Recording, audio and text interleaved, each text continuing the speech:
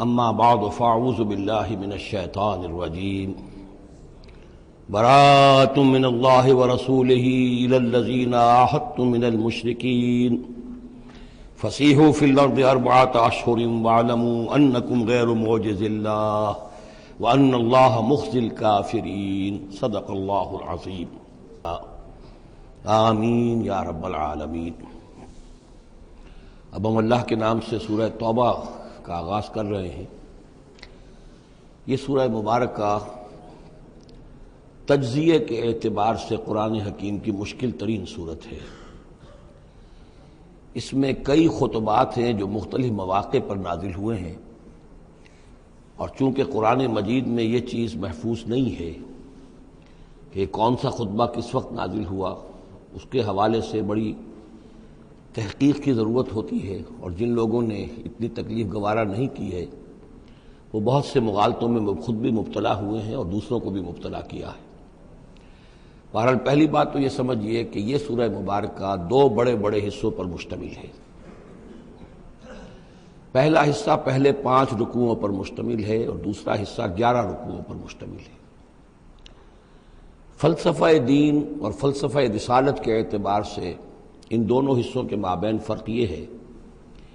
کہ نبی اکرم صلی اللہ علیہ وسلم کی جو بعثت ہوئی تھی، براہ راست بعثت جن میں سے آپ خود تھے، یہ بعثت خصوصی ہے، بعثت خاصہ ہے کہ جو مشرکین عرب کی طرف ہے، بنی اسماعیل کی طرف ہے۔ ایک آپ کی بعثت عمومی ہے پوری نوع انسانی کی طرف۔ آپ دو بعثتوں کے ساتھ مبعوث فرمائے گئے۔ آپ کی جو بعثت خصوصی ہے الی اہل العرب، بنی اسماعیل، مشرکین عرب، چونکہ آپ انہی میں سے تھے اور انہی کی زبان میں آپ نے آخری اتمام حجت کر دیا، لہذا ان کے ضمن میں اللہ تعالیٰ کا جو قدیم قانون ہے رسولوں کے بارے میں کہ اگر کوئی قوم جس کی طرف رسول بھیجا جائے اور وہ اتمام حجت کر دے اور پھر بھی وہ قوم تسلیم نہ کرے تو اس قوم کو ہلاک کر دیا جاتا تھا، عذاب استیصال۔ تو اس قوم کے حق میں تو یہ آخری فیصلہ جو ہے اللہ تعالیٰ کا اسی قانون کے تحت نافذ ہوا۔ اس آخری فیصلے کا جو معاملہ ہے وہ ہے جو پہلے 5 رکوعوں میں آیا ہے۔ یہ حضور صلی اللہ علیہ وسلم کی بعثت خصوصی سے متعلق ہے اہل عرب کی طرف۔ البتہ چونکہ آپ کی بعثت عمومی ہے پوری نوع انسانی کے لیے، آپ نے جزیرہ نما عرب میں دین کو غالب کر دیا، قائم کر دیا۔ بعثت خصوصی کا تو گویا کہ آخری مقصد آخری درجے میں مکمل ہو گیا، لیکن یہ بعثت عمومی کے کام کا آپ نے آغاز فرمایا ہے صلح حدیبیہ کے بعد۔ آپ نے 7 ہجری تک کوئی مبلغ، کوئی داعی کہیں باہر نہیں بھیجا، جب تک کہ جزیرہ نما عرب میں اس حد تک کامیابی نہیں ہو گئی کہ قریش نے آپ کو تسلیم کر لیا اور آپ کے ساتھ صلح کی، تو جس کو کہ اللہ تعالیٰ نے انا فتحنا لک فتحا مبینا قرار دیا ہے، اس وقت تک آپ نے اپنی پوری توجہ، آپ نے پورا وقت، اپنی ساری صلاحیتیں، اپنی قوتیں مرکوز رکھی ہیں جزیرہ نما عرب کے اندر۔ البتہ جب اس حد تک کام پورا ہو گیا سن 7 میں، سن 6 میں صلح حدیبیہ ہوئی ہے، تو اس کے بعد آپ نے نامہ بر بھیجے، اپنے خطوط بھیجے، قیصر کے نام بھیجا، کسریٰ کے نام بھیجا، مقوقس کے نام بھیجا، نجاشی بھی اب جو اس وقت تھا، وہ نجاشی جو ایمان لائے تھے فوت ہو چکے تھے، ان کی تو غائبانہ نماز جنازہ بھی حضور نے پڑھائی تھی۔ اب جو نجاشی تھے وہ مسلمان نہیں تھے، ان کے پاس بھی خط گیا۔ ان خطوط کے نتیجے میں سلطنت روما سے ایک ٹکراؤ شروع ہو گیا۔ غزوہ موتا ہوا اور اس کے بعد غزوہ تبوک۔ یہ جو 2 غزوات ہیں ان کا تعلق حضور کی بعثت عمومی سے ہے کہ اب بیرون ملک عرب آپ کی دعوت کا اور آپ کی اقامت دین کی جد و جہد کا دائرہ وسیع ہو رہا ہے۔ تو 11 رکوع اس سورہ مبارکہ کے اس سے بحث کر رہے ہیں، وہ غزوہ تبوک کے گرد ہیں۔ ان میں سے 4 رکوع وہ ہیں کہ جو غزوہ تبوک کے لیے ذہنی تیاری کے لیے، اور اس کے بعد کچھ آیات وہ ہیں کہ جو تبوک جاتے ہوئے اور تبوک سے واپسی پر نازل ہوئیں، اور کچھ حصہ وہ ہے جو تبوک سے واپس آ کر نازل ہوا۔ وہ تو ہیں 11 رکوع جو 6 سے شروع ہو کر 16 تک جائیں گے مسلسل۔ البتہ پہلے 5 رکوع وہ ہیں کہ جن میں اندرون جزیرہ نما عرب، اندرون ملک آپ کے جو مشن تھا اس کی تکمیل کا جو آخری مرحلہ تھا اس کا اعلان ہو رہا ہے۔ اب یہ جو 5 رکوع ہیں ان میں بھی ایک عجیب تقسیم ہے۔ ان میں 2 رکوع وہ ہیں کہ جو سن 8 ہجری میں فتح مکہ سے قبل نازل ہوئے ہیں۔ ان میں تیار کیا گیا ہے مسلمانوں کو فتح مکہ کے لیے کہ وہ نکلیں، اور ساری رد و قدا ہو رہی ہے کچھ لوگوں کی طرف سے، کچھ منافقین کی طرف سے، کچھ سادہ دل مسلمانوں کی طرف سے، نیک دل مسلمانوں کی طرف سے، کچھ ایسے لوگوں کی طرف سے کہ جن کے وہاں رشتہ دار ہیں کہ اب اگر جنگ ہوگی اور جا کر ہم حملہ کریں گے مکے پر تو اس سے یہ ہے کہ ان رشتہ داروں کو بھی غضب پہنچے گا۔ کچھ ایسے مسلمان تھے جن کی فیملیز وہاں تھیں اور انہیں اندیشہ تھا کہ وہ کہیں جب یہ چکی پیسے گی تو کہیں گندم کے ساتھ گھن بھی نہ پیس جائے۔ تو ایک رد و قدا ہے جو ان 2 رکوعوں میں آپ کو ملے گی کہ جو نازل ہوئے ہیں سن 8 میں فتح مکہ سے قبل، اور 3 رکوع وہ ہیں کہ جو نازل ہوئے ہیں سن 9 میں ذی قعدہ کے بعد۔ اور یہ جب کہ فتح مکہ ہو چکا، اس سال حضور نے حج نہیں کیا، پھر اگلے سال آپ نے بھی دوبارہ حج نہیں کیا، لیکن آپ نے ایک قافلہ بھیج دیا تھا کہ وہ جائے، اور اس کے امیر کی حیثیت سے حضرت ابوبکر صدیق رضی اللہ تعالیٰ عنہ تھے امیر الحج۔ لیکن جب وہ قافلہ روانہ ہو چکا تھا ذی قعدہ سن 9 میں، تو پھر وہ آیات نازل ہوئیں کہ جو 3 رکوعوں پر مشتمل ہیں، جن میں آخری اعلان کیا گیا ہے کہ اب آئندہ یہاں کوئی مشرک حج کے لیے نہیں آئے گا۔ سن 9 کا حج وہ مشترک تھا، اس میں اہل ایمان بھی تھے اور اہل شرک بھی تھے، مشرکین مکہ بھی تھے، ان کو بھی اجازت تھی۔ اور وہاں اعلان کیا گیا کہ آئندہ مشرکین کے ساتھ اللہ کا کوئی معاہدہ نہیں ہے، اور ایک مہلت دی جا رہی ہے اتنے وقت معین کی، اس کے اندر یا تو وہ اسلام لے آئیں اور یا ان کا قتل عام ہو جائے گا۔ یہ سخت ترین آیات ہے قرآن مجید کی کہ جو اس حصے میں نازل ہوئی ہیں، لیکن اس کا فلسفہ سمجھ لیجئے، یہ قائم مقام ہے اس عذاب استیصال کے، جو عذاب قوم نوح پر آیا، قوم ہود پر آیا، قوم صالح پر آیا، قوم شعیب پر آیا، سدوم اور عمورہ کی بستیوں پر آیا، آل فرعون پر آیا، وہ اب مشرکین عرب پر اس لیے آنا ضروری تھا کہ ان کی طرف حضور بھیجے گئے، انہی کی زبان میں کتاب اتار دی گئی، ان پہ اتمام حجت ہو گیا، حق مبرہن ہو گیا۔ اب اگر وہ ایمان نہیں لا رہے ہیں تو عذاب استیصال کے مستحق ہو چکے ہیں۔ البتہ یہ کہ انہیں پہلی قسط جو دی گئی عذاب کی وہ تو غزوہ بدر کی شکل میں تھی، اب آخری یہ ہے کہ چیلنج کر دیا گیا کہ اب اتنی مدت کے اندر اگر تم ایمان لے آؤ گے تو تمہاری خیریت ہے، نہیں لاؤ گے تو تمہیں قتل کر دیا جائے گا۔ اور اس میں خود بخود امپلائڈ تھی یہ بات کہ اگر تم نہ ایمان لانا چاہو نہ قتل ہونا چاہو تو جزیرہ نما عرب کو خیر بات کہہ کے چلے جاؤ، جہاں سینگ سمائے چلے جاؤ، اب عرب میں نہیں رہ سکتے۔ اس جزیرہ نما عرب کو پاک کر دیا جائے گا شرک سے۔ تو 2 رکوع وہ 3 یہ، اب اس میں ایک اور کمپلیکیشن ہے، یہ 2 رکوع پہلے اور 3 رکوع بعد میں، ترتیب زمانی تو یہ ہے، ان 3 رکوعوں کا ایک رکوع پہلے نکال کے لے آیا گیا ہے۔ جیسے میں نے کہا تھا کہ سورہ انفال میں ایک آیت جو تھی کہ جو بڑی اہم تھی اور جو بڑی یوں سمجھیے کہ ایک حساس مسئلے پر تھی کہ مال غنیمت کا کیا ہوگا، اس کو پہلے لے آئے،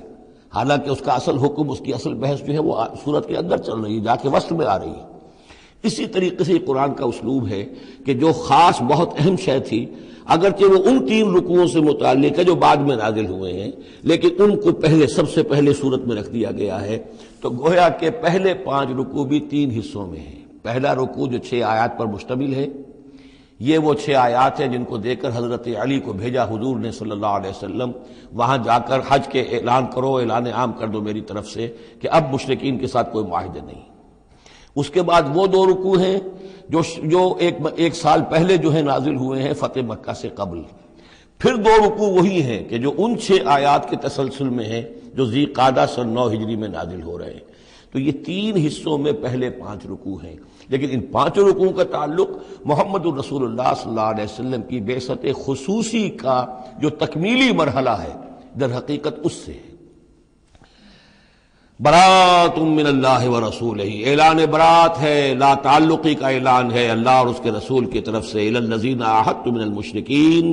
ان لوگوں کی جانب جن سے اے مسلمانوں تم نے مشرکوں میں سے معاہدے کیے، اللہ کی طرف سے سارے معاہدے ختم۔ البتہ یہ بڑا کیٹیگوریکل سٹیٹمنٹ جو آیا ہے، اس کے بعد اس کے اندر تھوڑی تھوڑی وہ جو ہے تفصیل جب آئے گی تو اس میں رعایتیں دی گئی ہیں، لیکن اعلان ایسا ہے۔ اور اس صورت سے پہلے، یہ واحد صورت ہے قرآن مجید کی جس سے پہلے آیت بسم اللہ نہیں ہوتی۔ اور اس کا سبب یہ بیان کیا ہے حضرت علی رضی اللہ تعالی عنہ نے کہ یہ سورت تو ننگی تلوار لے کر نازل ہوئی ہے۔ آیت بسم اللہ میں تو اللہ کے نام ہے الرحمن الرحیم، تو یہ سورت جو ہے یہ تو ننگی تلوار لے کر نازل ہوئی ہے۔ اہل شرک کے لیے جو اعلان اس میں کیا گیا ہے کہ ان کو قتل کیا جائے گا، قتل عام ہوگا، تو گویا کہ اس کے مضامین جو ہیں اللہ تعالیٰ کی وہ رحمانیت اور رحیمیت کے ساتھ بظاہر ان کی مناسبت نہیں ہے، اس لیے اس صورت سے قبل آیت بسم اللہ نہیں لکھی جاتی۔ واللہ عالم۔ برات من اللہ ورسولہ الی الذین عاہدتم من المشرکین، اعلان برات ہے، اعلان لا تعلقی ہے اللہ اور اس کے رسول کی طرف سے ان تمام لوگوں سے کہ جن سے مسلمانوں نے معاہدے کیے۔ فسیحوا فی الارض اربعۃ اشہر، تو گھوم پھر لو اس زمین میں، یعنی اس جزیرہ نما عرب میں 4 مہینے کی تمہیں مہلت دی جا رہی ہے۔ وَاعْلَمُوا أَنَّكُمْ غَيْرُ مُعْجِزِ اللَّهِ، اور جان لو کہ تم اللہ کو عاجز نہیں کر سکتے، اللہ کو شکست نہیں دے سکتے۔ وَأَنَّ اللَّهَ مُخْزِي الْكَافِرِينَ، اور اللہ تعالیٰ کافروں کو رسوا کر کے رہے گا۔ اب ان کے لیے یہ آخری جو ہے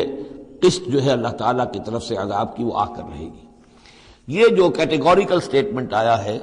یہ ان معاہدوں کے ضمن میں تھا کہ جن میں کوئی میعاد معین نہیں تھی، غیر میعادی معاہدے۔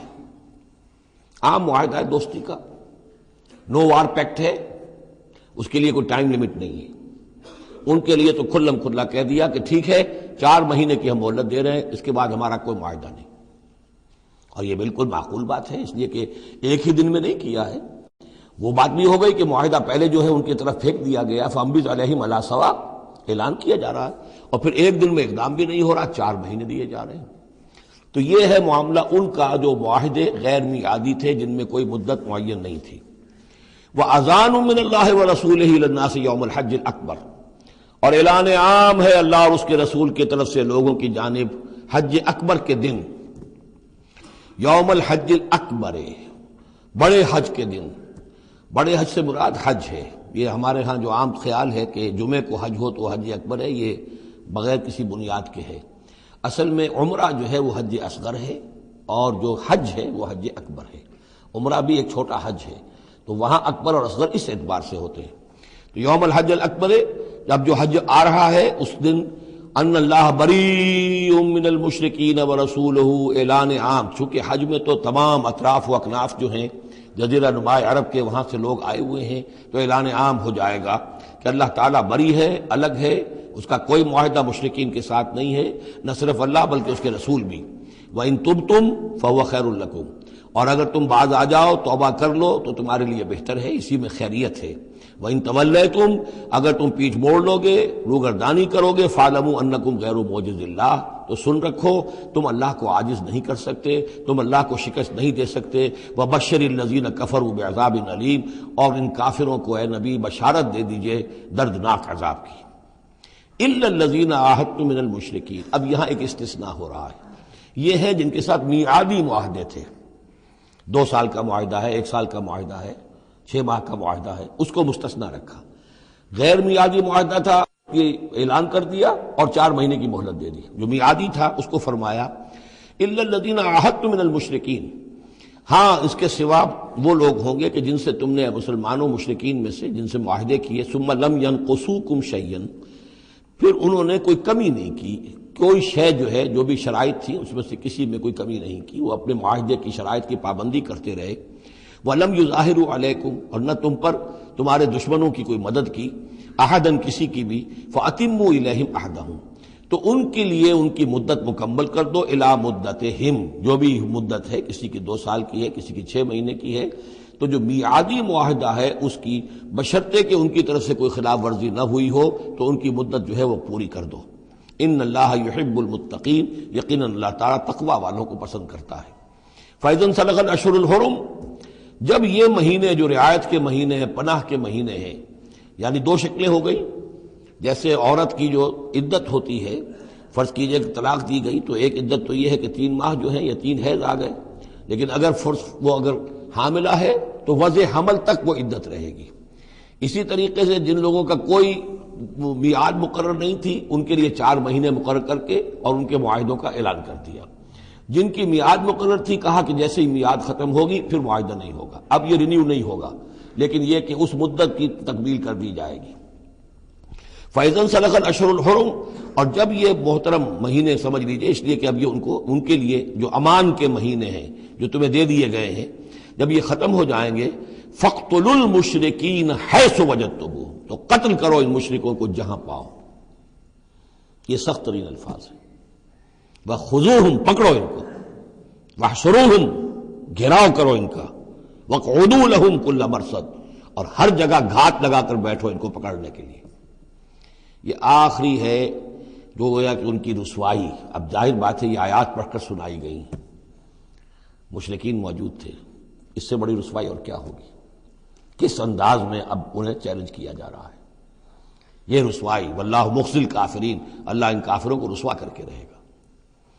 حضرت علی کو بھیجا گیا اس لیے کہ قافلہ روانہ ہو چکا تھا، پھر یہ آیتیں اتری ہیں 6، تو ان آیتوں کو دے کر حضور نے بھیجا کہ علی جاؤ اور میرے نمائندے کی حیثیت سے حج کے اجتماع میں تم اعلان کرو، اس لیے کہ عرب کا رواج یہ تھا کہ کسی بڑی شخصیت کی طرف سے اتنا بڑا اعلان وہ کوئی اس کا قریبی عزیز کر سکتا تھا۔ تو وہ قافلہ حج جو ہے کہیں پڑاؤ پر تھا، درمیان میں حضرت علی پہنچے، امیر تھے حضرت ابوبکر رضی اللہ تعالی عنہ۔ تو جب حضرت علی وہاں پہنچے ہیں تو پہلا سوال کیا حضرت ابوبکر نے، امیر او مامور، آپ امیر بنا کر بھیجے گئے یا مامور؟ اگر تو مجھے معذور کر کے آپ کو امیر بنا کر بھیجا ہے حضور نے تو آپ یہاں بیٹھیے، میں ادھر بیٹھوں گا، لیکن اٹ مسٹ بی نون ہو از ہو، اور اگر آپ مامور ہیں میں ہی امیر ہوں تب بھی ٹھیک ہے، لیکن معلوم ہونا چاہیے۔ یہ نظم کا معاملہ ہے دین کے اندر، جماعتی زندگی، اور مسلمانوں کا حال یہ ہو گیا کہ سب سے زیادہ غیر منظم قوم دنیا میں مسلمانوں کی۔ یہاں یہ کہ آتے ہی پہلی بات یہ ہو رہی ہے امیرون اور مامورون، بات طے ہو جانی چاہیے۔ آپ امیر ہو کر آئے ہیں تو میں چارج دیتا ہوں آپ کو، اور مامور ہے تو مجھے معلوم ہونا چاہیے۔ ان کا مامورون، میں مامور ہی بنا کے بھیجا گیا ہوں، امیر الحج آپ ہی ہیں، البتہ ان آیات کا اعلان میں کروں گا حضور کی طرف سے حج کے اجتماع میں، اس میں یہ اعلان ہو رہا ہے۔ فَإِذَا انسَلَخَ الْأَشْهُرُ الْحُرُمُ فَاقْتُلُوا الْمُشْرِكِينَ حَيْثُ وَجَدتُّمُوهُمْ وَخُذُوهُمْ وَاحْصُرُوهُمْ وَاقْعُدُوا لَهُمْ كُلَّ مَرْصَدٍ فَإِن تَابُوا وَأَقَامُوا الصَّلَاةَ وَآتَوُا الزَّكَاةَ،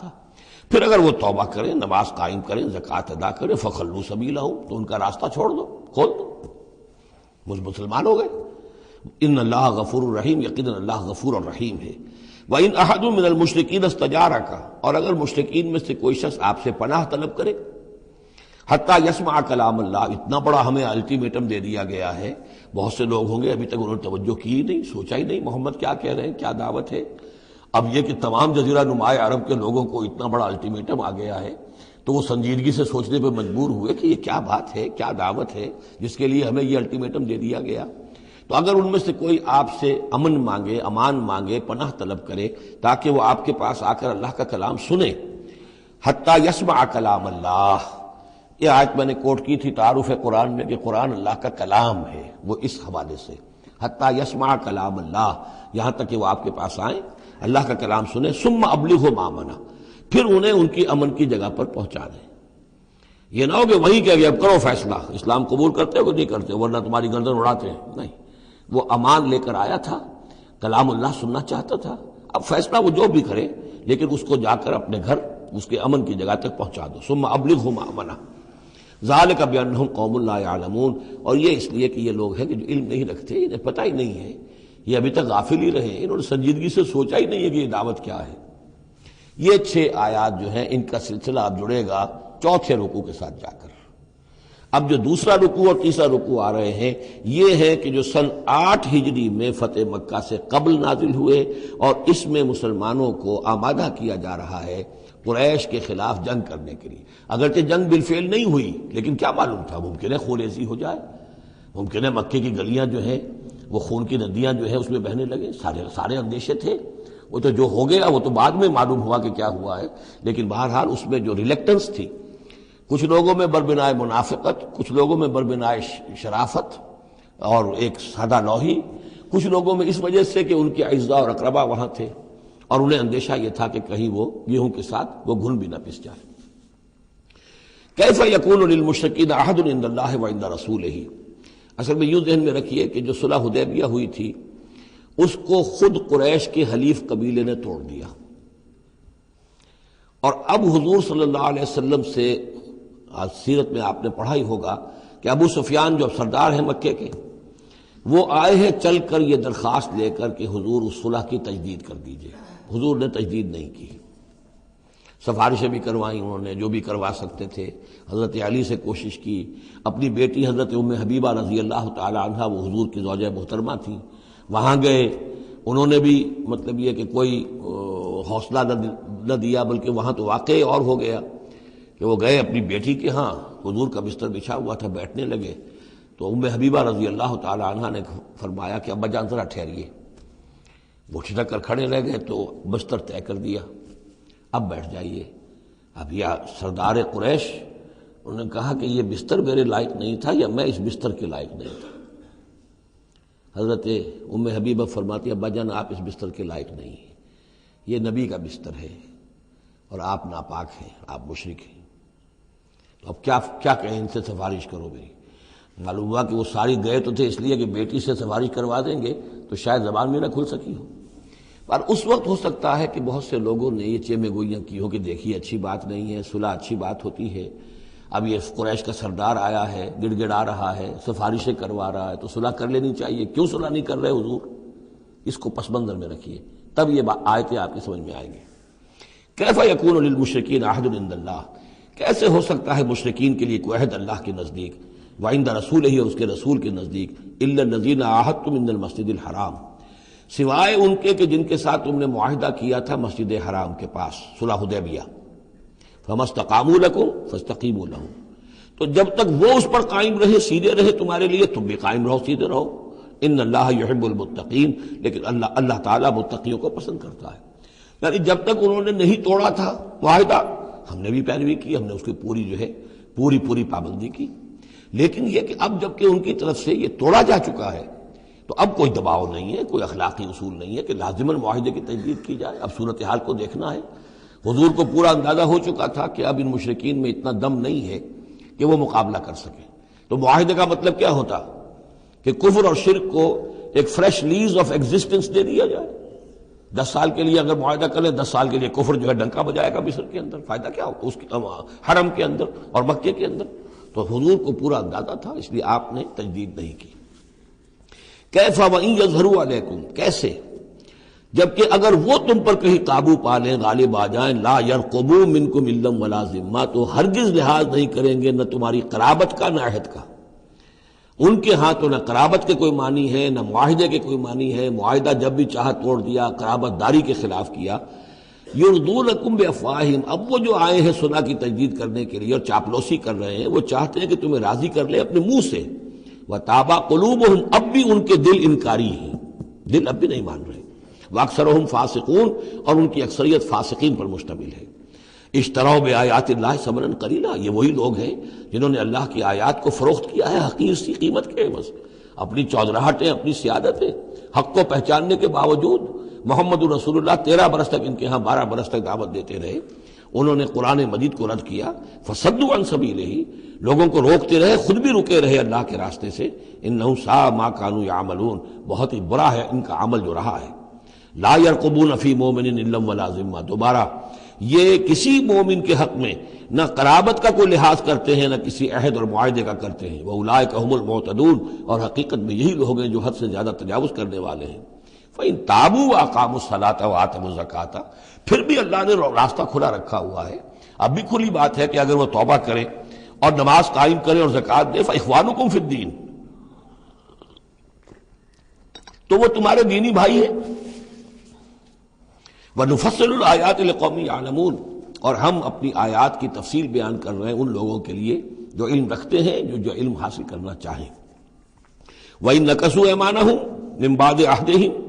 اور اگر انہوں نے توڑ دیا ہے اپنی اس قسم کو اور معاہدے کو اس کے باندھنے کے بعد، وَطَعَنُوا فِي دِينِكُمْ، اور جبکہ وہ انہوں نے عیب لگایا ہے تمہارے دین کے معاملے میں، فَقَاتِلُوا أَئِمَّةَ الْكُفْرِ، تو اب جنگ کرو ان کفر کے اماموں سے۔ یہ ہے الفاظ جو بہت نوٹ کرنے کے۔ ائمۃ الکفر کون تھے جزیرہ نما عرب میں؟ کافر تو سب تھے، مشرک سب تھے، ائمۃ الکفر، ائمۃ الشرک، یہ قریش تھے، متولی کعبے کے، بتوں کے مجاور، یہ سارا مرکز جو ہے شرک کا جو بنایا، اللہ کے گھر کو توحید کا مرکز تھا اسے شرک کا اڈا بنا دیا. یہ ہے امام. جب تک ان کو شکست نہ دی جائے تو ظاہر بات ہے کہ جزیرہ نما عرب پر دین کے غلبے کا تصور نہیں ہے. چاہے وہاں کوئی فارمل حکومت نہیں تھی، کوئی سلطنت نہیں تھی، کوئی ریاست نہیں تھی، کوئی جو ہے فارمل دارالخلافہ نہیں تھا، لیکن معنوی اعتبار سے یہ ام القریٰ، یہ مرکزی بستی ہے، یہ ہے اس پورے جزیرہ نما عرب کا صدر مقام ایک اعتبار سے. اور یہاں کے جو لوگ ہیں ائمۃ الکفر، ان کے ساتھ جنگ کرو. فقاتلوا ائمۃ الکفر، تو قتال کرو ان کفر کے اماموں سے. انہم لا ایمان لہم، ان کی کسی قسم کا کوئی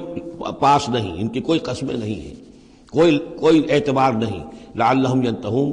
شاید کہ وہ باز آ جائیں، یعنی سختی سے شاید باز آ جائیں. اے مسلمانوں، نرمی کے ساتھ وہ باز آنے والے نہیں ہیں.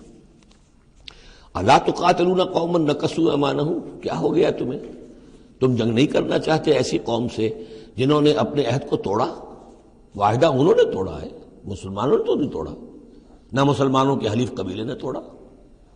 انہوں نے وعدہ جو کیا تھا اس کو توڑا ہے. تو کیا ہو گیا تمہیں؟ شرافت کی وجہ سے یا بزدلی کی وجہ سے یا منافقت کی وجہ سے یا اور کسی سبب سے تم ان سے جنگ نہیں کرنا چاہتے؟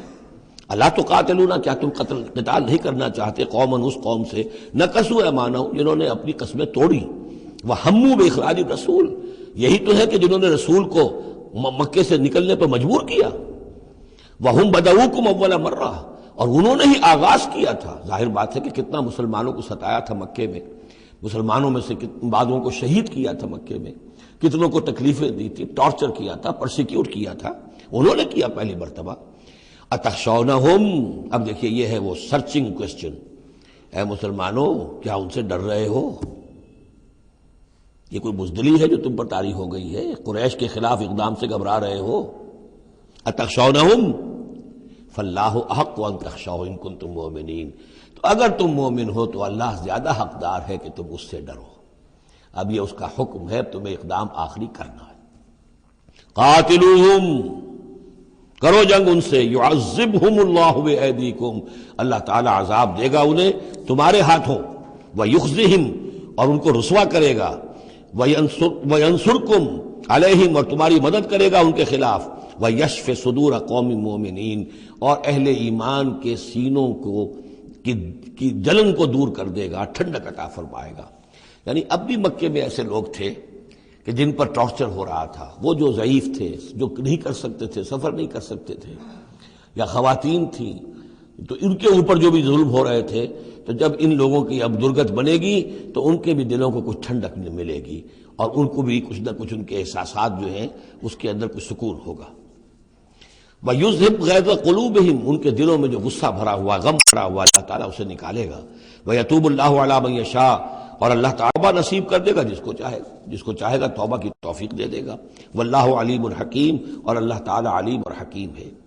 اب تیسری مرتبہ وہ آیت آ گئی ہے قرآن میں. ام حسبتم ان تترکوا، ام حسبتم ان تدخلوا الجنة ولما يأتكم مثل الذين خلوا من قبلكم مستهم البأساء والضراء وزلزلوا حتى يقول الرسول والذين معه متى نصر الله الا ان نصر الله قریب. اسی طرح پھر یہ آیت ہے 214 سورہ بقرہ کی، 142 سورہ آل عمران کی. ام حسبتم ان تدخلوا الجنة، اب یہ تیسری مرتبہ. ام حسبتم ان تترکوا، یہ آیت نمبر 16 ہے، 1 اور 6 کو بھی جمع کریں گے تو 7 بنے گا. ام حسبتم ان تترکوا، تم چھوڑ دیے جاؤ گے. ولما یعلم اللہ الذین جاہدوا منکم، ابھی تو اللہ نے دیکھا ہی نہیں کون ہے تم میں سے حقیقتاً جہاد کرنے والے. دوسری قوموں کے خلاف جہاد کرنا اور تھا، اب اپنی قوم کے خلاف جہاد کرنے کے لیے جانا، ظاہر بات ہے کہ اس کے اندر ایک اور اضافی امتحان ہے جو اللہ تمہارا لے لینا چاہتا ہے. وَلَمْ يَتَّخِذُوا مِن دُونِ اللَّهِ وَلَا رَسُولِهِ وَلَا الْمُؤْمِنِينَ وَلِيًّا، اور دیکھ لینا چاہتا ہے اللہ کہ کون ہے وہ لوگ کہ جو اللہ کے سوا اور اس کے رسول کے سوا اور اہل ایمان کے سوا کسی کے ساتھ دلی تعلق، دلی محبت اور دلی رازداری کا کوئی تعلق نہیں رکھتے. یہ رشتے جب تک کٹیں گے نہیں ایمان کی تلوار سے، اس وقت تک تمہارا خلوص جو ہے اللہ کے ساتھ اور دین کے ساتھ وہ کیسے ثابت ہوگا. واللہ خبیر بما تعملون، اور جو کچھ تم کر رہے ہو اللہ اس سے باخبر ہے. ما کان للمشرکین ان یعمروا مساجد اللہ، ان مشرکوں کا تو یہ حق نہیں ہے کہ وہ آباد کریں اللہ کے گھروں کو. یہ مسجد ہے، اللہ کا گھر ہے، یہ بیت اللہ ہے، یہ مشرکین اس کے متولی بنے بیٹھے ہیں، ان کا کوئی حق نہیں ہے. یہ توحید کا مرکز ہے بیت اللہ. ما کان للمشرکین، نہیں ان کا یہ حق، ان یعمروا مساجد اللہ، یہ متولی بنے بیٹھے ہوئے ہیں اس کے، شاہدین علی انفسہم بالکفر، اپنے اوپر کفر کی گواہی دیتے ہوئے، یعنی اعلانیہ کافر ہیں، مشرک ہیں، اور پھر اس بیت اللہ کے متولی بنے ہوئے۔ اولئک حبطت اعمالہم، ان کے سارے اعمال حبط ہو گئے، یعنی حاجیوں کی خدمت کر دی، پانی پلا دیا، یہ کر دیا، وہ کر دیا، ان کی کوئی حیثیت اللہ کی نگاہ میں نہیں ہے۔ ان کے جو شرک ہے اور کفر ہے اس نے ان کے تمام اعمال حبط کر دیے۔ وفی النار ہم خالدون، اور آگ ہی میں وہ رہیں گے ہمیشہ ہمیشہ۔ انما یعمر مساجد اللہ من آمن باللہ والیوم الآخر، مسجدیں اللہ کی مسجدوں کو آباد کرنا تو ان کا حق ہے جو ایمان لائے اللہ پر اور یوم آخر پر، واقام الصلاۃ، اور نماز قائم کریں، وآت الزکوٰۃ، اور زکوٰۃ ادا کریں، ولم یخش الا اللہ، اور نہ ڈرے کسی سے سوائے اللہ کی۔ فعسیٰ اولئک ان یکونوا من المہتدین، تو ایسے لوگ ہیں کہ جن کے بارے میں توقع ہے کہ وہ راہ یاب ہوں گے اور منزل مراد تک پہنچ جائیں گے۔ اجعلتم سقایۃ الحاج وعمارۃ المسجد الحرام کمن آمن باللہ والیوم الآخر، کیا تم نے حاجیوں کو پانی پلانا اور مسجد حرام کو آباد رکھنا اس کو برابر کر دیا ہے اس کے کہ جو شخص ایمان لایا اللہ پر اور یوم آخر پر، وجاہد فی سبیل اللہ، اللہ کی راہ میں جہاد کرے؟ یہ مشرکین مکہ، مشرکین قریش کیا کرتے ہیں؟ ان کا یہی کریڈٹ ان کا کیا ہے کہ جو ہے بیت اللہ کو آباد رکھا ہوا ہے، حاجی آ رہے ہیں تو ان کی خدمت کر رہے ہیں، انہیں دودھ پانی پلا رہے ہیں، تو بس یہ، تو کیا یہ چیزیں برابر ہو گئی ان کے کہ جو ایمان لائے اللہ پر اور یوم آخر پر، اور جنہوں نے جہاد کیا اللہ کی راہ میں؟ لا یستوون عند اللہ، یہ دونوں برابر نہیں اللہ کے نزدیک۔ واللہ لا یہدی القوم الظالمین، اور اللہ ایسے ظالموں کو ہدایت نہیں دیتا۔ الذین آمنوا وہاجروا وجاہدوا فی سبیل اللہ باموالہم وانفسہم، وہ لوگ جو ایمان لائے، جنہوں نے ہجرت کی، پھر جہاد کیا اللہ کی راہ میں اپنے مالوں سے اور اپنی جانوں سے۔ اعظم درجۃ عند اللہ، ان کا بہت بلند و بالا اور بہت عظیم رتبہ ہے اللہ کے نزدیک۔ واولئک هم الفائزون، اور حقیقت میں وہی ہیں کامیاب ہونے والے۔ یبشرہم ربہم برحمت منہ ورضوان، انہیں بشارت دیتا ہے ان کا رب اپنی رحمت، خاص اپنے خزانہ فضل سے رحمت کی، ورضوان، اور رضامندی کی، وجنات لہم فیہا نعیم مقیم، اور ان باغات کی کہ جن کے اندر بہت ہمیشہ رہنے والی نعمتیں ہوں گی، خالدین فیہا ابدا، جن میں وہ رہیں گے ہمیشہ ہمیش۔ ان اللہ عندہ اجر عظیم، یقیناً اللہ تعالیٰ ہی کے پاس بہت بڑا اجر ہے۔ یا ایھا الذین آمنوا لا تتخذوا آباءکم واخوانکم، اب چونکہ کچھ مسلمانوں کو، جیسا کہ میں نے عرض کیا، یہ ہوگا کہ آخر وہ ہمارے باپ ہیں، وہاں پہ بھائی ہیں، اب یہ جنگ ہوگی، چلیے ابھی تک امید تھی کہ وہ لوگ شاید ایمان لے آئیں تو ہمارے ساتھ ہو جائیں، ابھی تک وہ ایمان نہیں لائے ہیں، اب اگر ادھر سے چڑھائی ہوگی ہمیں جانا پڑے گا، اپنے ہاتھوں جو ہے وہ اپنے رشتہ داروں کو، اپنے بھائی بندوں کو قتل کرنا پڑے گا۔ یہ چیز جو رکاوٹ بن رہی تھی، تو ذرا اب اس کے اوپر ایک ضرب لگ رہی ہے ان دو آیتوں میں، اور قرآن مجید کی اہم ترین آیتوں میں سے اگلی آیت ہے جو آئے گی اس کے بعد، آیت نمبر 24۔ یا ایھا الذین آمنوا لا تتخذوا آباءکم واخوانکم اولیاء، اے اہل ایمان، اپنے باپوں اور بھائیوں کو اپنے ولی اور دوست اور حمایتی مت سمجھو، مت بناؤ۔ ان استحبوا الکفر علی الایمان، اگر انہوں نے ایمان کے مقابلے میں کفر کو پسند کیا ہے، اگر اب بھی تمہارے دل میں ان کے لیے محبت ہے اور تمہارے دل میں وہ تعلق جو ہے موجود ہے، تو اس کا مطلب یہ ہے کہ پھر ایمان کے ساتھ رشتہ تمہارا مضبوط نہیں ہے، اللہ کے لیے غیرت نہیں ہے، دین کے لیے، توحید کے لیے غیرت نہیں ہے۔ یا ایھا الذین آمنوا لا تتخذوا آباءکم واخوانکم اولیاء ان استحبوا الکفر علی الایمان ومن یتولہم منکم، تو جو کوئی بھی ان کے ساتھ وہ ولایت کا تعلق رکھے گا، دوستی اور جو پشت پناہی کا، وہ فاولئک ھم الظالمون، تو خود وہ بھی پھر ظالموں میں شریک ہو جائیں گے۔ اب وہ آیت آ رہی ہے، خاصی طویل آیت ہے اور یہ بہت ہی اہم آیت ہے۔ قل، اے نبی ان سے کہہ دیجئے، ان کان آباؤکم وابناؤکم واخوانکم وازواجکم وعشیرتکم واموال اقترفتموها وتجارۃ تخشون کسادها ومساکن ترضونها احب الیکم من اللہ ورسولہ وجہاد فی سبیلہ فتربصوا حتی یاتی اللہ بامرہ واللہ لا یہدی القوم الفاسقین۔ اے نبی ان سے کہہ دیجئے، اگر ہو تمہیں تمہارے باپ اور تمہارے بیٹے اور تمہارے بھائی اور تمہاری بیویاں یا بیویوں کے لیے شوہر اور تمہاری برادری رشتہ دار اور وہ مال جو تم نے بہت محنت سے کمائے ہیں، جمع کیے ہیں، وہ تجارت جس کے مندے کا تمہیں خطرہ رہتا ہے، ڈرتے رہتے ہو، اور وہ حویلیاں اور وہ محل جو تم نے بنائے ہیں تمہیں بہت پسند ہیں، مساکن ترضونھا، اگر یہ 8 چیزیں محبوب تر ہیں، احب الیکم، ان 8 کی محبت زیادہ ہے تمہارے دلوں میں، من اللہ و رسولہ و جہاد فی سبیلہ،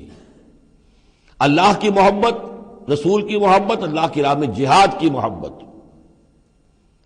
اگر یہ 3 محبتیں کم ہیں، وہ زیادہ ہیں، فتربصوا، تو جاؤ انتظار کرو، دفع ہو جاؤ، فتربصوا، جاؤ انتظار کرو، حتی یاتی اللہ بامرہ، یہاں تک کہ اللہ اپنا فیصلہ سنا دے، واللہ لا یہدی القوم الفاسقین، اللہ ایسے فاسقوں کو راہیاب نہیں کرتا۔ بہت سخت آیت ہے، بہت اہم آیت ہے، بڑی کیٹیگوریکل ہے۔ ہر شخص اپنے باطن میں ایک ترازو نصب کرے، اپنے باطن میں، کسی اور کو نہ ناپیے تولیے، یہ اپنے آپ کو تولیے۔ بل الانسان علی نفسہ بصیرہ، انسان اپنے آپ سے خوب واقف ہے۔ ایک میں ڈالیے پلڑے کے اندر یہ 8 محبتیں، باپوں کی محبت، بیٹوں کی، بھائیوں کی، بیویوں کی، یا شوہروں کی، اسپاؤسز کی، یا اس کے بعد رشتہ داروں کی، اور 3 شکلیں ہیں مال کی، وہ مال جو جمع کیا ہے، اور وہ تجارت جو بڑی محنت سے جمائی ہے، اس کا مندے کا اندیشہ رہتا ہے، اور وہ گھر بنائے ہیں، محل بنائے ہیں، کوٹھیاں بنائی ہیں، ولاز بنائے ہیں، بڑے ان کو سجایا ہے، ڈیکوریٹ کیا ہے۔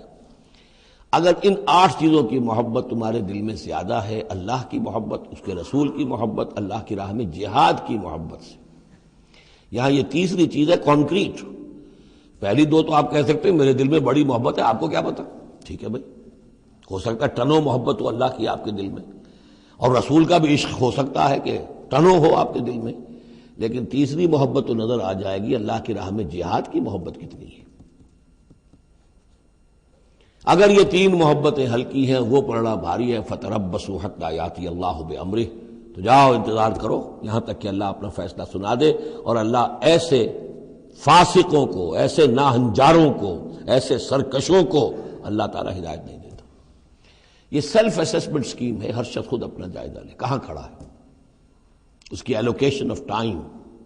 ایلوکیشن آف انرجیز، اپنی صلاحیتیں کہاں لگا رہا ہے، کہاں کھپا رہا ہے، کس کام میں لگا رہا ہے۔ اسی کو پھر علامہ اقبال نے ایک شعر میں جمع کر دیا ہے، یہ مال و دولت دنیا، یہ رشتہ و پیوند، بتان وہم و گما، لا الہ الا اللہ۔ مال و دولت دنیا کی 3 شکلیں، دولت جیسے بھی ہو، ایسٹس ہوں، بینک بیلنس ہو، سٹاکس ہوں، جو بھی ہو، یہ مال و دولت دنیا۔ نمبر 2 جائیداد ہے، نمبر 3 بزنس ہے یا کیریئر ہے، پروفیشن ہے، اور رشتہ و پیوند جو سب سے قریبی ہو سکتے ہیں، باپ، بیٹا، بھائی اور سپاؤس، اور جو بھی اور رشتہ دار ہیں۔ یہ مال و دولت دنیا، یہ رشتہ و پیوند، بتان وہم و گما، یہ صرف بت ہیں، ہمارے اپنے وہم کے، توہم کے، ان کی کوئی حقیقت نہیں ہے۔ بتان وہم و گما، لا الہ الا اللہ۔ اگر لا الہ الا اللہ کی شمشیر سے ان بتوں کو آپ توڑ نہیں دیں گے، اور جب تک ٹھیک ہے، حق ہے ان کا، بیوی کا حق ہے، اولاد کا حق ہے، ان لنفسک علیک حقا، لیکن وہ تابع رہے، ان 3 چیزوں کے تابع رہے، تب تک ٹھیک ہے۔ اور اگر ان 3 چیزوں سے وہ اوپر چلا گیا، کوئی بھی ایک بھی، تو بس وہ توحید ختم ہے، اب وہ شرک ہے۔ لقد نصرکم اللہ فی مواطن کثیرۃ ویوم حنین، اور اے مسلمانوں تمہاری اللہ نے مدد کی بہت سے مواقع پر، اور خاص طور پر یوم حنین۔ اب ظاہر بات ہے کہ یہ حصہ وہ ہے جو نازل ہو رہا ہے، جو کہ ہم کون سے رکوع میں پہنچ گئے، 4تھے رکوع میں پہنچ گئے، تو 4تھا اور 5واں پھر وہ ہے جو ذی قعدہ سن 9 میں نازل ہو رہا ہے۔ تیسرا رکوع جہاں ختم ہوا، وہ 2 رکوع ختم ہو گئے کہ جو قریش پر حملے کے ضمن میں اور مکے کی طرف اقدام کے ضمن میں جو رد و قدا ہو رہی تھی، اور وہ فتح مکہ سے پہلے نازل ہوئے، سن 8 ہجری میں، رمضان سے قبل۔ اب یہ پھر وہی سلسلہ جڑ گیا جو 6 آیتیں ہم پہلے پڑھائے ہیں، ذی قعدہ سن 9 ہجری میں جو نازل ہوئی، اسی کے ساتھ۔ اب ظاہر بات ہے کہ اس وقت جو ہے غزوہ حنین بھی ہو چکا تھا۔ لقد نصرکم اللہ فی مواطن کثیرۃ، اللہ نے تمہاری مدد کی ہے مسلمانوں بہت سے مواقع پر، ویوم حنین، حنین کے دن بھی کی، اذ اعجبتکم کثرتکم، جب کہ تمہیں اپنی کثرت پر ناز ہو گیا تھا۔ اب یہ بھی یہ نہ سمجھیے کہ سب مسلمانوں کو ہو گیا تھا۔ حضور جب فتح مکہ کے وقت آئے ہیں مکے میں تو 10,000 مسلمان آپ کے ساتھ تھے۔ پھر اس کے بعد آپ نے جب طائف پر حملے کا فیصلہ کیا اور اس کے بعد آپ میدان میں نکلے اور حنین کی جنگ ہوئی ہے تو 12,000 کا لشکر آپ کے ساتھ تھا۔ 10,000 وہ تھے اور 2,000 یا تو وہ لوگ تھے جو فتح مکہ کے بعد ایمان لائے، نو مسلم سمجھ لیجئے اسی وقت جو ایمان لائے، اور یا ابھی وہ مشرک ہی تھے لیکن چونکہ اب وہ رعایا ہو گئے مسلمانوں کی تو وہ بھی گویا کہ شریک تھے اس میں ان کے خادموں اور معاونین کی حیثیت سے۔ 12,000 کا یہ لشکر جب گزر رہا تھا ایک وادی سے، اور اس وادی کے دونوں طرف پہاڑیاں تھیں، تو جو تیر انداز تھے اور وہ بہت ہی نشانے والے لوگ تھے تو انہوں نے مورچے بنا رکھے تھے پہاڑیوں کے اوپر، ان کے اوپر سے تیروں کی بوچھاڑ آئی ہے تو یہ نشیب میں ہے، وادی میں ہے، اوپر سے بیراج آ رہا ہے، اس کے نتیجے میں بھگدڑ مچ گئی۔ بعض روایات میں تو آتا ہے کہ حضور کے ساتھ صرف 30-40 آدمی رہ گئے، علامہ شبلی نے یہی لکھا ہے 30-40 آدمی رہ گئے، لیکن سید سلیمان ندوی نے پھر اپنے استاد سے اختلاف کرتے ہوئے اسی میں سیرت النبی میں نوٹ دیا کہ نہیں 300-400 آدمی رہ گئے تھے، لیکن 300-400 آدمی بھی رہ جائیں 12,000 میں سے تو بھگدڑ بہت بڑی۔ اس وقت پھر حضور خود اپنی سواری سے اترے ہیں، علم اپنے ہاتھ میں لیا ہے، رجز آپ نے پڑھا ہے، انا النبی لا کذب انا ابن عبد المطلب، میں نبی ہوں اس میں کوئی شک نہیں، چاہے یہ 12,000 میرا ساتھ دے تب بھی نبی ہوں، کوئی ساتھ نہ دے تب بھی نبی ہوں، اور میں عبد المطلب کا بیٹا یعنی پوتا میدان میں موجود ہوں۔ اس پر پھر یہ کہ آپ نے لوگوں سے کہا کہ پکارو الیہ یا عباد اللہ، الیہ یا اصحاب الشجرہ، الیہ یا اصحاب البدر، کہاں جا رہے ہو اے بدریوں، کہاں جا رہے ہو اے جو صلح حدیبیہ کے وقت جنہوں نے مجھ سے بیعت کی تھی موت کی، بیعت رضوان، کہاں جا رہے ہو؟ پھر لوگ پلٹے ہیں، پھر فتح ہو گئی۔ اذ اعجبتکم کثرتکم، جبکہ تمہیں اپنی کثرت پر ناز ہو گیا تھا، فلم تغن عنکم شیئا، تو وہ کثرت تمہیں کچھ نہ بچا سکی، کچھ کام نہ آ سکی تمہارے، وضاقت علیکم الارض بما رحبت، اور تم پر زمین اپنی پوری فراخی کے باوجود تنگ آ گئی، تنگ پڑ گئی،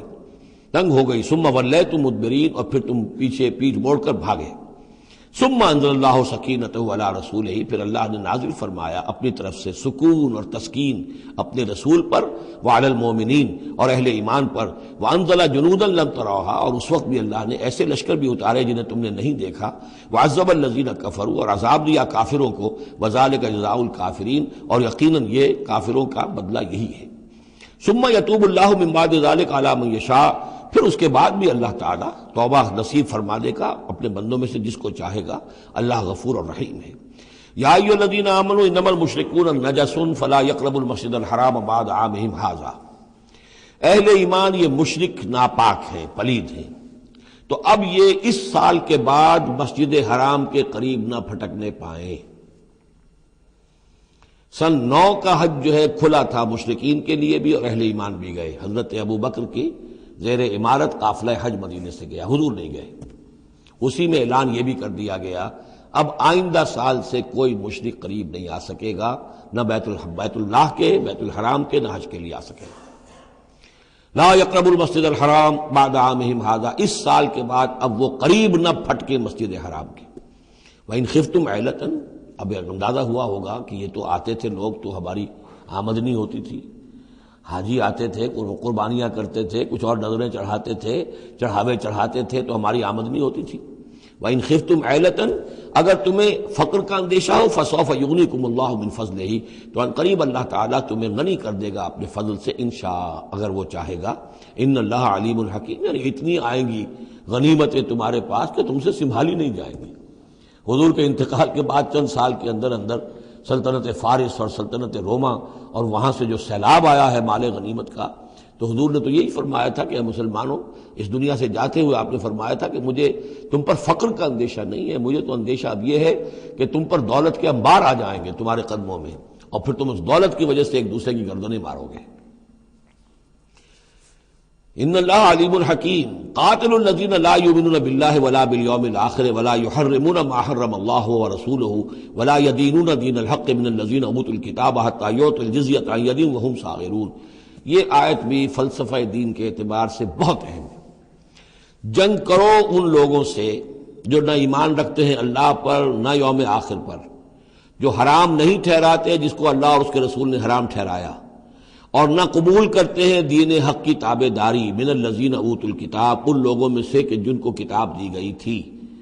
حتیٰ یؤتوا الجزیۃ عن ید وہم صاغرون، یہاں تک کہ وہ اپنے ہاتھ سے جزیہ پیش کریں اور چھوٹے ہو جائیں، نیچے رہیں، تابع ہو جائیں۔ یہ فرق ہے جو کیا گیا ہے۔ مشرکین عرب کے لیے تو کوئی آپشن نہیں تھا، یا ایمان لاؤ یا گردن مار دی جائے گی، اس لیے کہ ان میں سے تھے حضور صلی اللہ علیہ وسلم، ان پر اتمام حجت بدرجہ آخر ہو گیا۔ لیکن یہ کہ باقی لوگوں کے لیے،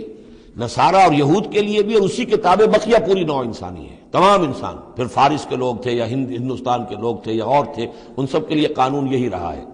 کسی کے لیے یہ چیلنج نہیں ہے کہ تم یا ایمان لاؤ یا قتل کر دیے جاؤ گے، اس کے بعد کسی کے لیے نہیں۔ یہ خاص وقت تھا اس قوم کے لیے اس عذاب کا کہ جس قوم نے ایک رسول کی دعوت کو رد کیا تھا۔ اب اس کے بعد کوئی رسول ہے بھی نہیں، موجود نہیں ہے، بنفس نفیس تو موجود نہیں ہے، معنوی طور پر ہے، وہ واقعتاً جو ہے مادی طور پر تو نہیں ہے۔ اس حوالے سے بقیہ پوری نوع انسانی کا معاملہ کیا ہے؟ ان کے سامنے یہ ہے کہ قتال ان سے بھی کیا جائے گا، جنگ ان سے بھی کی جائے گی، یہاں تک کہ وہ تابع ہو جائیں، اللہ کے دین کی بالادستی کو قبول کر لیں، لیکن اس کے نیچے وہ یہودی رہیں، وہ مجوسی رہیں، وہ ہندو رہیں، وہ سکھ رہیں، وہ پارسی رہیں، وہ جو بھی چاہے رہیں، انڈیویجول کو کسی کو اسلام لانے پہ مجبور نہیں کیا جائے گا، اور یہ نہیں ہوگا کہ گردن اڑا دی جائے گی یا اسلام لاؤ۔ وہ معاملہ تھا مشرکین عرب کے لیے۔ یہ جو زمین و آسمان کا فرق، اس کو اچھی طرح سمجھ لیجئے۔ یہی وجہ ہے کہ پھر جب دور صحابہ میں اور دور خلافت راشدہ میں فوجیں نکلی ہیں صحابہ کی، تو 3 آپشنز دیتے تھے وہ۔ ایمان لے آؤ، تم ہمارے برابر کے ہو جاؤ گے، تمہارے حقوق ہمارے حقوق برابر، ہم یہ بھی نہیں کہیں گے ہم سینئر ہیں تم جونیئر ہو، تمہارے حق کا برابر، بالکل برابر۔ اگر ایمان نہیں لاتے، تابع داری اختیار کرو، جزیہ دو، اور اسلامی ریاست کی بالادستی قبول کرو، پھر تم یہودی رہو، مجوسی رہو، عیسائی رہو، نصرانی رہو، جو چاہو رہو، ہندو رہو، بدھ مت کے رہو، جو چاہو رہو۔ اگر یہ بھی نہیں گوارا، گویا کہ تم باطل کے نظام کو قائم رکھنا چاہتے ہو، تو پھر تیسرا آلٹرنیٹو تلوار آئے گی میرے اور ہمارے تمہارے درمیان فیصلہ کرے گی، آ جاؤ میدان جنگ میں۔ 3 آپشنز ان کے لیے، مشرکین عرب کے لیے بھی 3 آپشن بن گئے تھے 2 ہی، یا ایمان لاؤ یا قتل کر دیے جاؤ گے۔ تیسرا آپشن یہ تھا کہ جزیرہ نما عرب چھوڑ کر جہاں چاہو بھاگ جاؤ، یہاں نہیں رہ سکتے ہم۔ لیکن یہ اس میں امپلائڈ تھا نہیں، کلیئر نہیں تھا، اسپیلٹ آؤٹ نہیں تھا۔ لیکن ان کے لیے یہ دوسرا آپشن تھا، قاتل الذین لا یؤمنون باللہ، قتال کرو ان سے جو ایمان نہیں رکھتے اللہ پر نہ یوم آخر پر، ولا یحرمون ما حرم اللہ ورسولہ، نہ حرام ٹھہراتے ہیں اور سمجھتے ہیں ان چیزوں کو جو اللہ اور اس کے رسول نے حرام کی ہیں، ولا یدینون دین الحق، اور نہ دین حق کو قبول کرنے کے لیے اور اس کی تابعداری کرنے کے لیے تیار ہیں، من الذین اوتوا الکتاب، اہل کتاب میں سے، ان سے بھی جنگ کرو، حتی یؤتوا الجزیۃ عن ید، یہاں تک کہ وہ دیں جزیہ ہاتھ سے، وہم صاغرون، اور چھوٹے ہو کر رہے، اسلام کی بالادستی قبول کریں۔ وقالت الیہود عزیر ابن اللہ، اور یہودیوں نے یہ اعتقاد گھڑ لیا تھا کہ عزیر اللہ کے بیٹے ہیں۔ وقالت النصارى المسیح ابن اللہ، اور نصارہ نے یہ عقیدہ گھڑ لیا کہ مسیح اللہ کے بیٹے ہیں۔ ذالک قولہم بافواہہم، یہ ان کے منہ سے باتیں ہیں جو نکلی ہیں، ان کی کوئی حقیقت نہیں ہے۔ یضاہئون قول الذین کفروا من قبل، یہ ریس کر رہے ہیں، نقل کر رہے ہیں ان لوگوں کی باتوں کی کہ جو ان سے پہلے جنہوں نے کفر کیا تھا۔ یہ میں اشارہ کر چکا تھا کہ متھرائزم یہ ایک مذہب تھا پرانا، اور خاص طور پر مصر اس کا بہت بڑا مرکز تھا۔ تو جب یہ سینٹ پال نے جب تبلیغ شروع کی ہے عیسائیت کی، اور وہ وہاں سے پھر بات جو ہے آگے بڑھی ہے، اور جینٹائلز کے اندر بھی تبلیغ اس نے شروع کی، تو اس نے پھر اپنے مذہب میں ایسے اعتقادات شامل کر لیے کہ یہ جو دوسرے مذہب کے لوگ ہیں وہ آسانی سے ہمارے اس مذہب میں عیسائیت میں آ جائیں۔ تو جو تثلیث مصر میں پہلے سے موجود تھی، اسی تثلیث کے نام بدل دیے۔ مصر میں تثلیث تھی God the father, Horus the son of God, and Isis the God mother. تو اللہ خدا اور ایک خدا کی ماں، وہ جو آئسس دیوی یعنی، اور خدا کا بیٹا، تو اللہ اور عیسیٰ اور مریم، یہ پہلی تثلیث تھی ابتدائی کی جو بنی ہے۔ God the father, Horus the son of God, and Isis the God mother. تو انہوں نے ان کی نقالی کی ہے، اس نقالی میں انہوں نے یہ تثلیث ایجاد کر دی ہے۔ قاتلہم اللہ انا یوفکون، اللہ تعالیٰ انہیں قتل کرے، ہلاک کرے، یہ کہاں سے بچلائے گئے ہیں۔ اتخذوا احبارہم ورہبانہم اربابا من دون اللہ، دوسری جو سب سے بڑی گمراہی ہوئی عیسائیوں میں وہ یہ ہے کہ انہوں نے اپنے احبار اور رہبان کو بھی رب بنا لیا اللہ کے سوا۔ اب یہ جو ہے اس پر اعتراض کیا تھا، اعتراض نہیں سوال کیا تھا حضرت عدی ابن حاتم نے، جو مشہور ہیں حاتم طائی، بہت بڑے جو سخی تھے، وہ تو خیر فوت ہو چکے تھے حضور کی بعثت سے قبل، اور وہ عیسائی تھے،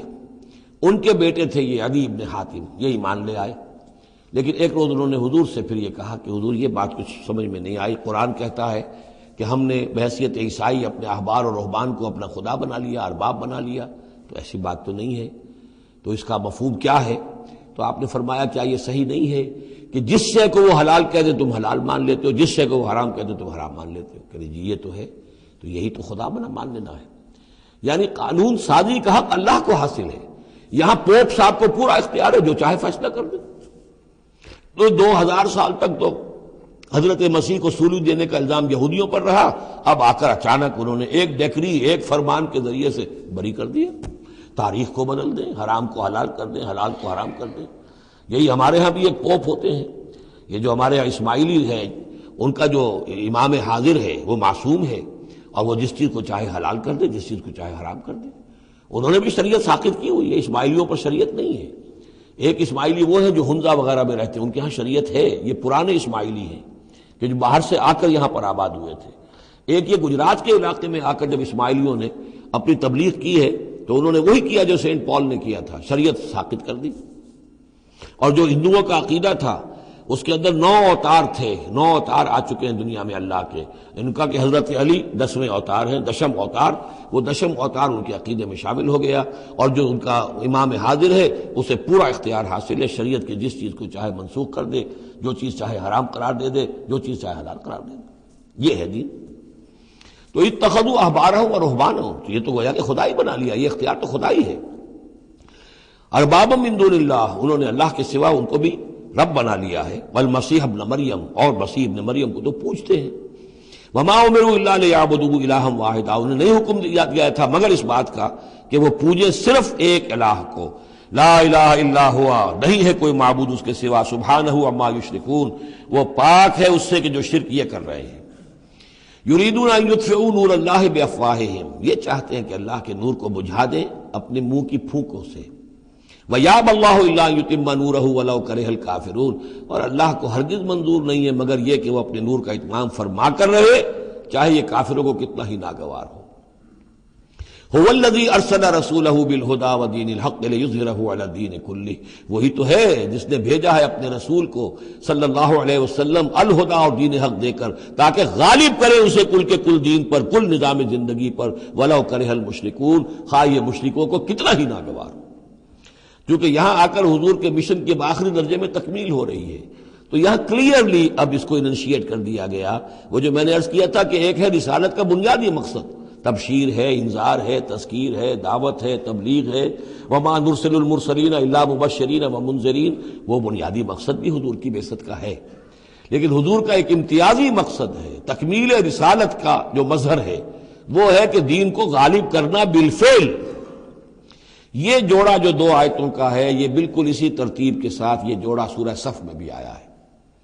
دوسری آیت تو جو کی تو ہے، ایک شوشے کا فرق نہیں، هو الذی ارسل رسولہ بالہدی ودین الحق لیظہرہ علی الدین کلہ ولو کرہ المشرکون۔ اس پر تو 24 صفحے کا میرا ایک مقالہ ہے جو لکھا ہوا ہے، جو میری کتاب ہے نبی اکرم صلی اللہ علیہ وسلم کا مقصد بعثت، صرف اس ایک آیت پر 24 صفحے کا مقالہ ہے۔ اور میں مطمئن ہوں، اللہ کا شکر ہے کہ اس آیت کا حق اللہ تعالیٰ نے میرے ذریعے سے پورا کروا دیا ہے۔ اس میں کسی اعتبار سے، اس لیے کہ لوگ اس میں سے اپنے لیے راستے نکالتے ہیں، چور دروازے، یہ تو جی اللہ غالب کرنے والا ہے، کوئی انسان غالب کرنے والے تھوڑا ہی ہیں، اور یہ ہے اور وہ ہے، اس لیے کہ جو آدمی کام چور ہے چاہتا ہے کسی طریقے سے کوئی راہ فرار ہو، بھاگنے کا کوئی راستہ مل جائے، لیکن آپ اگر اس کو پڑھیں گے تو معلوم ہوگا کوئی راستہ فرار کا نہیں ہے۔ ہر جو بھی ممکن ہو سکتی ہے نحوی اعتبار سے جو امکان ہو سب کو میں نے لے کر اور ثابت کر دیا ہے کہ اس میں کہیں فرار کا راستہ نہیں۔ البتہ پہلی آیت میں تھوڑا سا فرق ہے، وہ آیت جو ہے وہاں ہے یریدون لیطفئوا، یہاں ہے ان یطفئوا، بس اتنا فرق ہے۔ بافواہہم، یریدون لیطفئوا نور اللہ بافواہہم یریدون ان یطفئوا نور اللہ بافواہہم، وہاں ہے واللہ متم نورہ ولو کرہ الکافرون، یہاں ہے ویابی اللہ الا ان یتم نورہ ولو کرہ الکافرون۔ یہ تو چاہتے ہیں کہ اپنے منہ کی پھونکوں سے، جس کو کہ پھر مولانا ظفر علی خان نے خوب اس کی تعبیر کی ہے، نور خدا ہے کفر کی حرکت پہ خندہ زن، پھونکوں سے یہ چراغ بجھایا نہ جائے گا۔ تو یہ جو چاہتے ہیں کہ اپنی منہ کی پھونکوں سے، اور اس میں ایک طرح کا طنز ہے، یہودی چونکہ سامنے آ کر مقابلہ نہیں کر رہے تھے تو یہ ایسے تھا کہ منہ کی پھونکوں سے بجھانا چاہ رہے ہیں، صرف سازشیں ہیں ان کی، اور جو بھی یہ کر رہے ہیں کبھی سامنے آ کر انہوں نے جنگ نہیں کی۔ یریدون ان یطفئوا نور اللہ بافواہہم واللہ متم ویابی اللہ الا ان یتم نورہ ولو کرہ الکافرون هو الذی ارسل رسولہ بالہدی ودین الحق لیظہرہ علی الدین کلہ ولو کرہ المشرکون۔ یا ایھا الذین آمنوا ان کثیرا من الاحبار والرہبان لیأکلون اموال الناس بالباطل ویصدون عن سبیل اللہ والذین یکنزون الذہب والفضة ولا ينفقونها فی سبیل اللہ فبشرہم بعذاب علیم۔ یہ آیت بھی بہت اہم ہے، اس لیے کہ جو مسلمان امتوں کے اندر علماء اور احبار اور صوفیاء، یا آپ ایک لفظ استعمال کریں مذہبی پیشوا، جو بھی ایک طبقہ بن جاتا ہے، اگر ان میں دنیا کی محبت اور مال کی محبت آ جائے، ایک عام کاروباری آدمی ہے، دنیا کا کاروبار کرتا ہے، اب ظاہر بات ہے حلال ذریعے سے کما رہا ہے، اچھا کھائے اچھا پہنے، ٹھیک ہے، کوئی جائیداد بھی بناتا ہے، کوئی حرام کام نہیں ہے، اس کی اولاد کو منتقل ہو جائے گی۔ لیکن یہ کہ جو شخص دین کی خدمت میں لگا ہوا ہے، اب اسے فرض کیجئے کوئی ہدیہ دے رہا ہے، کوئی اس کو اگر فرض کیجئے تحفہ دے رہا ہے یا کسی طریقے سے، تو دین کے لیے دے رہا ہے۔ اگر یہ لوگ بھی اپنے پاس دولت جمع کریں، اگر یہ اپنی جائیدادیں بنائیں، تو یہ بدترین انسان ہے آسمان کی چھت کے نیچے کے۔ یہ سمجھ لیجیے اچھی بات۔ عام آدمی کے لیے قانون اور ہوگا، اس حدیث کو ذہن میں لے آئیے، حضور نے فرمایا یوشک ان یاتی علی الناس زمان، مجھے اندیشہ ہے لوگوں پر ایک وقت ایسا آ جائے گا۔ کیسا آ جائے گا؟ لا یبقى من الاسلام الا اسمہ، اسلام میں سے اس کے نام کے سوا کچھ نہیں بچے گا۔ ولا یبقى من القرآن الا رسمہ، قرآن میں سے اس کے رسم الخط کے سوا کچھ نہیں بچے گا۔ مساجدہم عامرۃ، ان کی مسجدیں آباد بہت ہوں گی، شاندار ہوں گی، وہی خراب من الہدی، ہدایت سے خالی ہوں گی۔ وعلماؤہم شر الناس تحت ادیم السماء، اور ان کے علماء آسمان کی چھت کے نیچے کے بدترین انسان ہوں گے۔ من عندہم تخرج الفتنۃ وفیہم تعود، انہی میں سے فتنہ برآمد ہوگا، انہی میں گھس جائے گا۔ تو یا ایھا الذین آمنوا، اہل ایمان، ان کثیرا من الاحبار والرہبان، یقیناً بہت سے علماء اور درویش، لیاکلون اموال الناس بالباطل، وہ لوگوں کے مال ہڑپ کرتے ہیں باطل طریقے سے، ویصدون عن سبیل اللہ، اور وہ روکتے ہیں لوگوں کو اللہ کے راستے سے، والذین، اور کوئی نئی دعوت اٹھی ہے، کوئی اللہ کا بندہ جو ہے لوگوں کو دین کی طرف بلا رہا ہے، یہ اپنی مسندیں جب خطرے میں دیکھتے ہیں تو نہیں چاہیں گے کہ ہمارے عقیدت مند جو ہے وہ کسی بھی ایسی دعوت کی طرف رخ کریں اور متوجہ ہو جائیں۔ ان کی جائیدادیں بن رہی ہیں، بڑے بڑے ایسٹس بنا رہے ہیں، جب مرتے ہیں تو چھوڑ کر جائیدادیں جاتے ہیں، ان کی اولادوں کے پھر آپس میں مقدمے ہوتے ہیں، جھگڑے ہوتے ہیں۔ فرمایا والذین یکنزون الذہب والفضة، اور وہ لوگ کہ جو دفینے بناتے ہیں، جمع کرتے ہیں اپنے پاس سونا اور چاندی، ولا ينفقونها فی سبیل اللہ، اور وہ خرچ نہیں کرتے اس کو اللہ کی راہ میں، فبشرہم بعذاب علیم، تو ان کو بشارت دے دیجیے عذاب علیم کی، دردناک عذاب کی۔ یوم یحمى علیہا فی نار جہنم، جس دن کہ ان کو تپایا جائے گا ان چیزوں کو جہنم کی آگ میں، فتقویٰ بہا جباہہم، اور اسی سونے اور چاندی کو تپا تپا کر اس سے پھر داغے جائیں گے ان کے ماتھے بھی، وجنوبہم، اور ان کے پہلو بھی، وظہورہم، اور ان کی پیٹھیں بھی، ھذا ما کنزتم لانفسکم، یہ ہے جو تم نے کنز کیا تھا اپنے لیے، جو دولت جمع کی تھی، جو خزانے بنائے تھے، فذوقوا ما کنتم تکنزون، تو اب مزہ چکھو اس کا جو تم نے کنز بنایا تھا۔ اس آیت کے بارے میں بعض باتیں اور بھی ہیں، انشاءاللہ وہ پھر اگلے نشست میں بیان کروں گا۔ بارک اللہ لی ولکم فی القرآن العظیم ونفعنی وإیاکم بالآیات والذکر الحکیم۔